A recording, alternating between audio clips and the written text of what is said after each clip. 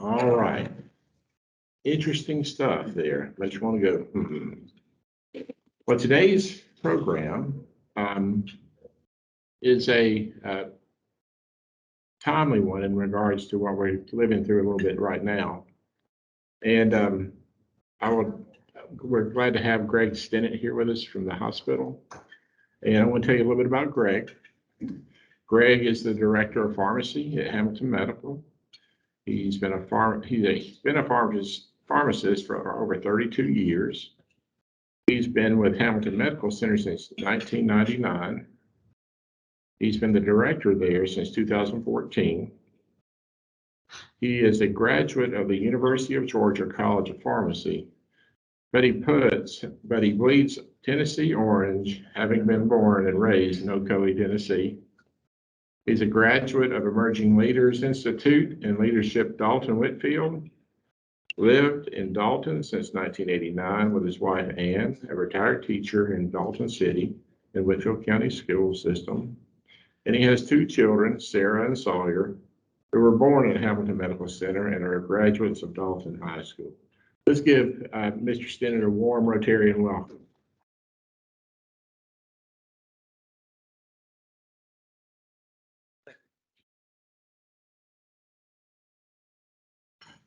Thank you, Smitty. I appreciate that introduction.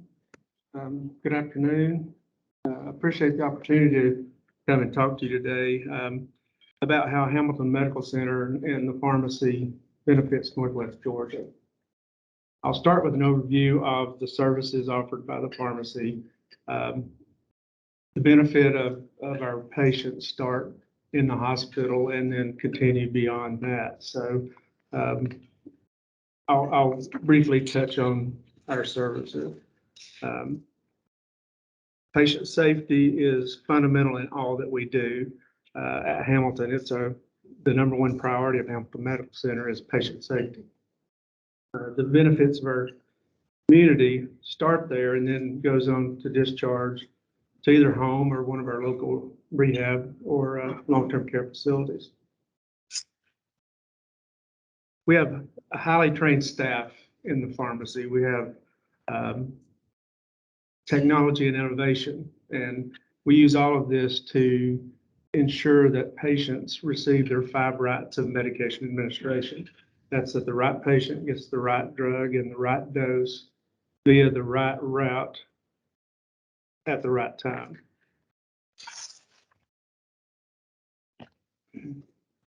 We have 29 pharmacists and 22 technicians on staff. We should have more technicians, but we're running short right now. So if anyone knows of a good technician, you can send them our way. There's just a few of us baby boomers like myself that remain that do not have a doctorate of pharmacy. 82% of our pharmacists in the hospital have their doctorate of pharmacy. But all of our non-doctorate pharmacists have over 30 years experience. We're also proud of the pharmacy technicians that we have on our staff. And Smitty's lovely wife, Tammy, is one of our PRN pharmacists in our retail pharmacy.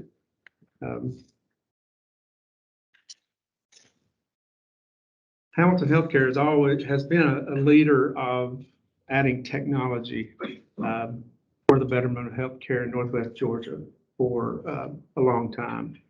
The picture that you see is a carousel medication storage system like we have at Hamilton, and we keep most of our medications in this system.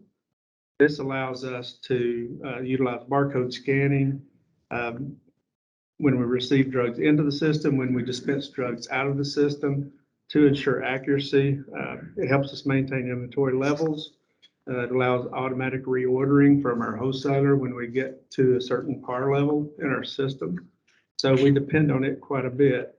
It also interacts with our automatic dispensing cabinets that are on the floor.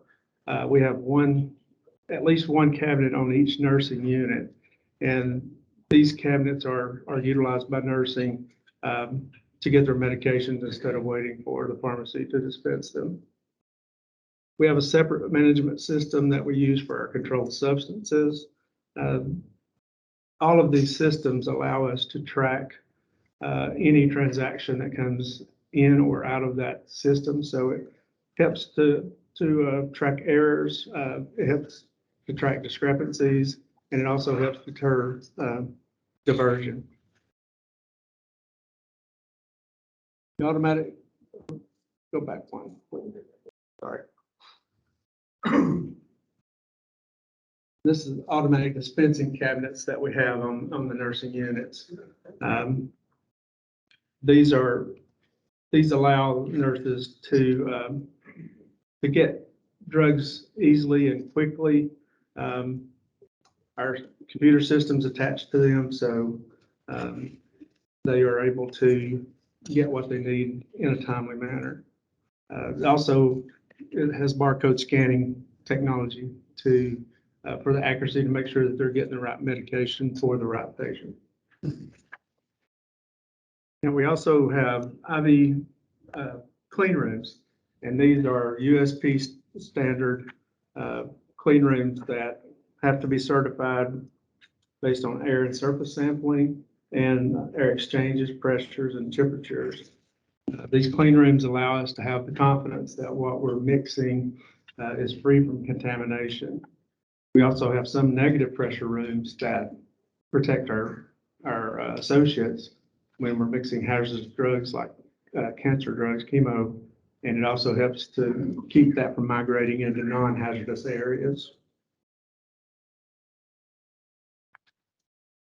And since Hamilton also services our long-term care facilities on campus, we have a long-term care pharmacy, and we utilize a machine that packs the maintenance medications that the residents use in multi-medication packets that are spaced out based on what time the drugs are needed. So this helps nursing easily pass meds during the time of med tab.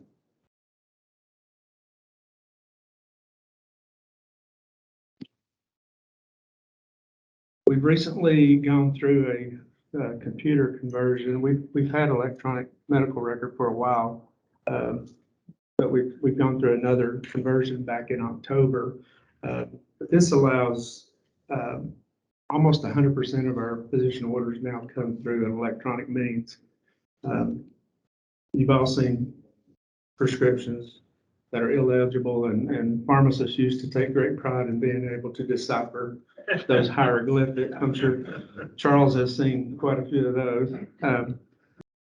But it also leads to medication errors. So having computer order entry by the physicians is very important to keep our patients safe. It also allows for the practitioners and the pharmacists to be alerted when there is duplicate therapy, drug allergies, overdosage, underdosage. Once the physician puts in the order, pharmacist reviews that order and validates the order, then it flows into the medication record so that the nurse can have immediate access to those drugs. Our pharmacy services have expanded over the years, and we're now embedded in each one of these areas. On the inpatient side, including outpatient surgery, oncology, intensive care units, emergency department, long-term care, rehab, retail, and clinical informatics. We have pharmacists and technicians in all of these areas. And I'll now talk to you about how does it help our vulnerable population financially in the Northwest Georgia area. We have several programs that benefit this population. Drug recovery, our Meds to Go discharge prescription plan or service, and our 340B drug pricing program. And I'll touch on each one of these. Our drug recovery program, we have a service that looks at all patients' financial means to connect them with potential manufacturer patient assistance programs or drug replacement programs.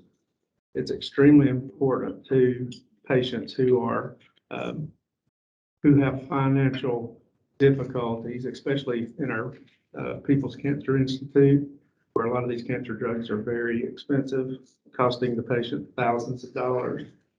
So we take the patient's financial information, the drugs that they're on, we try to match those up with a program that will help them out. So in the past 12 months, we've been able to recoup over $400,000 in drug costs for patients.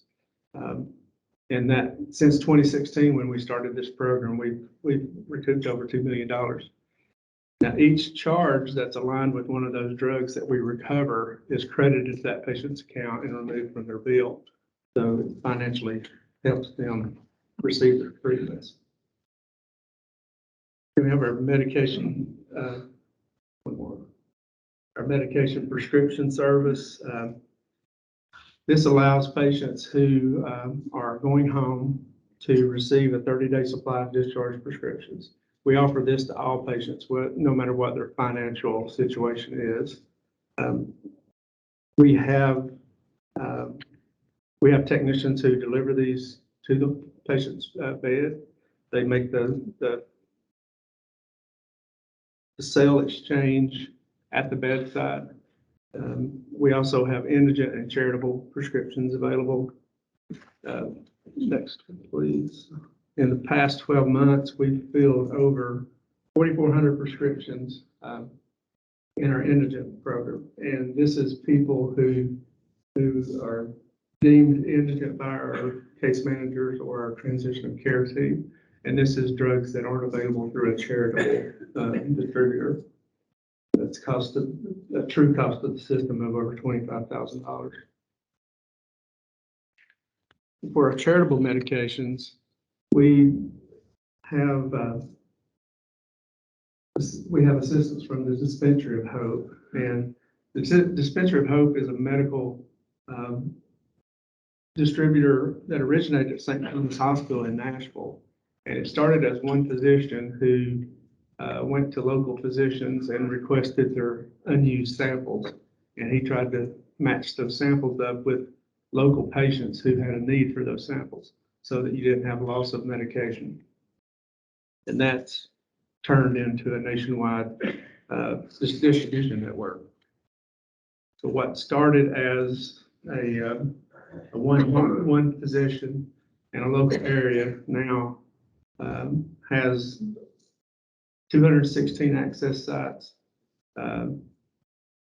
They get most of their drugs from the industry now, the pharmacy industry. So they used to donate only those drugs that were going out of date within a certain amount of time. But now they give whatever the Dispensary of Hope needs. Mylan Pharmaceuticals is one of those that just says, tell us what you need and we'll give it to you. We pay a nominal fee of $12,500 a year, and we're able to order anything that we could dispense at no extra cost. We became a Dispensary of Hope access site in 2016. So in order for a patient to qualify for the Dispensary of Hope, they have to be at or below 200% of the federal poverty guidelines. If they're diabetic and they're at 300% or below the federal poverty guidelines, then they can be eligible for insulin. And all of these meds are given to the patient free of cost. So in the past 12 months,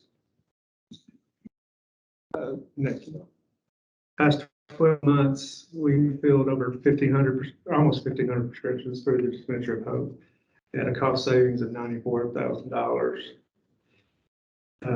Since we became a Dispensary of Hope access site in 2016, we filled over 11,000 prescriptions at almost $450,000 cost savings to the organization.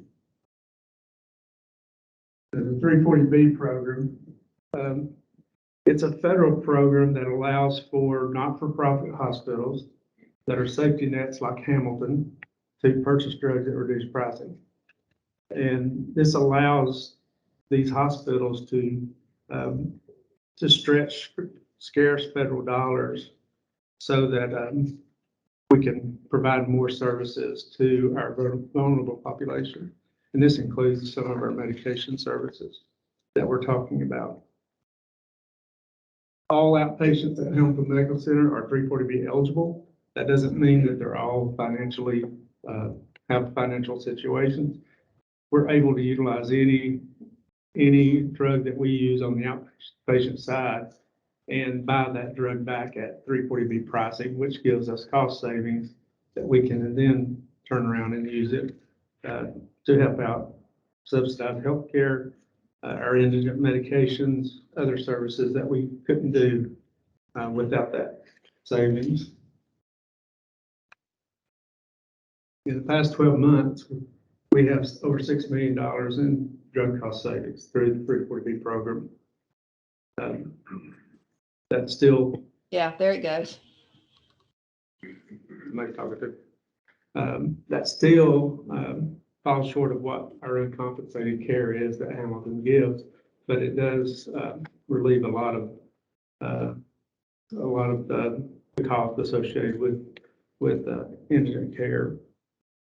Now, the definition of a disproportionate share hospital, which Hamilton is a not-for-profit hospital that it significantly has a disproportionate number of low-income patients that receives payments from Medicaid and Medicare to qualify.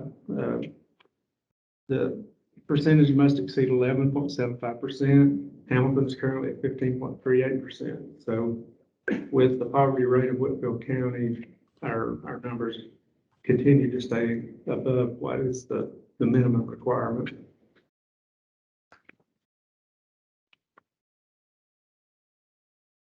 And right now, one of the most important things that we're doing is providing vaccines to our staff and our staff's families. We've been offering this ever since the vaccine's been available. And another service that we're doing now, we have a monoclonal antibody clinic, and we're using the RegenCode. We're seeing about 20 patients a day in our clinic. So Hamilton and Hamilton Pharmacy, we provide valuable resources for our vulnerable population during our hospital stay and beyond. I'll be glad to answer any questions that you might have related to that. Thank you. Yes. Can you talk about the facilities? We do not service them from the pharmacy as far as prescriptions go. We have serviced them for COVID vaccine. We do supply certain floor stock medications that they might need, like over-the-counter products, but prescriptions they get from their local pharmacies. Yeah. The drugs you mentioned under the dispensary of hope, are those drugs that would have otherwise have been trashed, or are they nearing expiration, or? That was the original intent of the dispensary of hope, was to prevent that from happening. What's happening now is that's still happening. So they're trying to match medication abundance with medication need. So if a company's got a surplus of an antibiotic that's within 6 months of its expiration date, they're going to try to get that to somebody that can use it. So, and that's what the intent was at first. But now some of the industry is seeing that this is helping enough to where they're saying, you tell us what you need and we'll get it to you.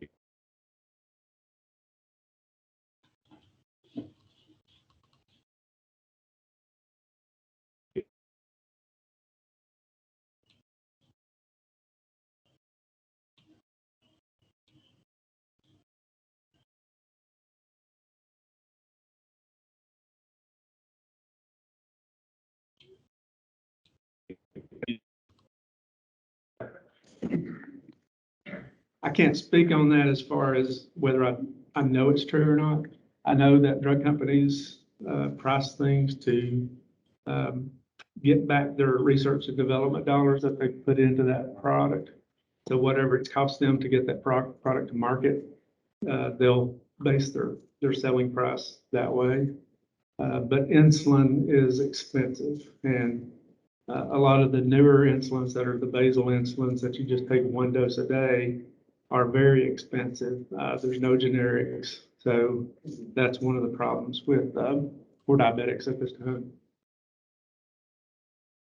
Yes. Is patient with COVID who come to the emergency room and stay a while and then not admitted but discharged home, are they given monoclonal antibodies or other medications? We do get some orders from the emergency room to schedule those patients to come back into our monoclonal antibody clinic and have a dose of the Regenco. Yes. We're also getting quite a few orders from physicians in other locations. We've had some even come from doctors in Chattanooga. Are you the only facility in Dalton that gives those drugs? Yes, sir, at this time. There is some talk of having some type of a community clinic. I'm not sure where that, it's in the talks. We're also talking with is it a state? It's a company that's contracting through Georgia Department of Public Health to be able to help us in that in dispensing those meds. Yes, sir. Greg, this comes from the rumor mill, so consider it. You know, go to the store with you. Wow. Rumor mill, and that's, anybody in here, so, you know, when you ask for a couple of Tylenol, it's still $10 each. Rumor mill, okay? Can you speak to that? I mean, on the record offer around here. Well, it's not $10 a piece. We do have a set price for drugs, what Medicare considers self-administered drugs. So drugs that patients could take on their own if they were at home. So that's most of your drugs that aren't IV drugs. It also includes things like insulin that patients can use at home, inhalers.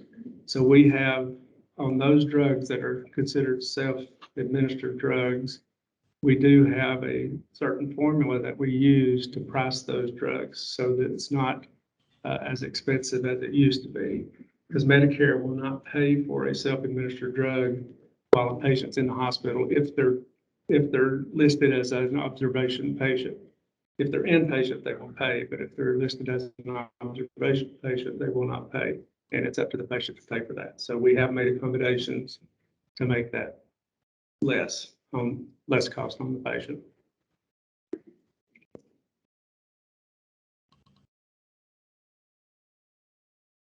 Yes, sir.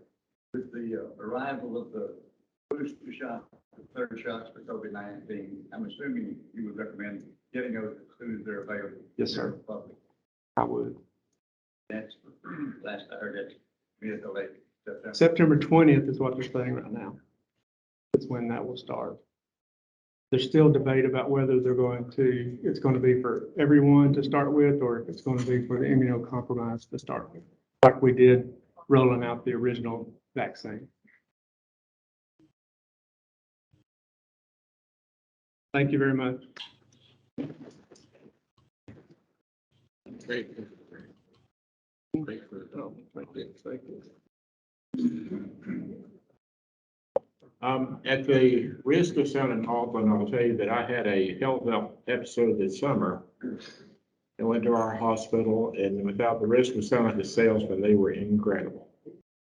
Our hospital, we've got a top drawer facility, and people like Greg are doing what they can to take the measured step to keeping us safe. And Greg, we thank you for that, and I appreciate your work there at the hospital.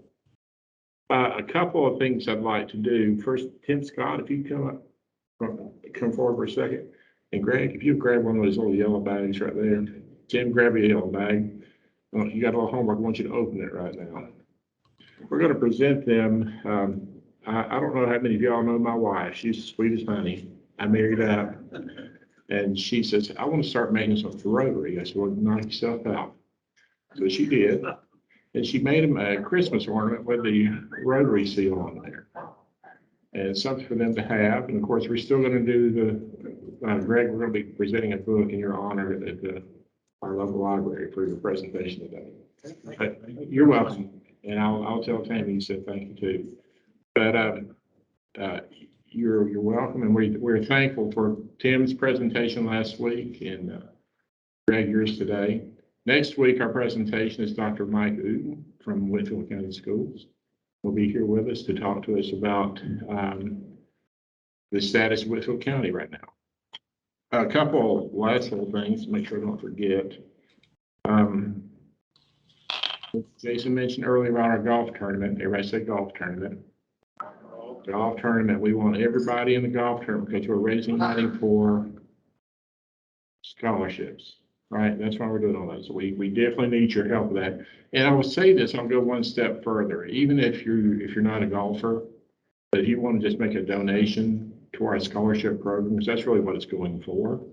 You can do that as well too. So I'm sure Frank will take a check in any kind of way, right, Frank? So we're good to go with that. So if you'd like to do that, we'd encourage you to do that. Invite somebody to be here with you. I know we live in precarious times right now, and just for clarity, we welcome anyone and everyone to wear a mask if they feel so inclined to do so, to make you, not just to feel comfortable, to keep you safe. We're not mandating that, but we are letting you know that we encourage you to do that. And the last and important thing, let everyone that you run into today see you as a person of hope. The glass is half full. That they can see that in you. And we need to present ourselves that way as Rotarians and just as people too, as who we are. If you'll stand there, we'll dismiss.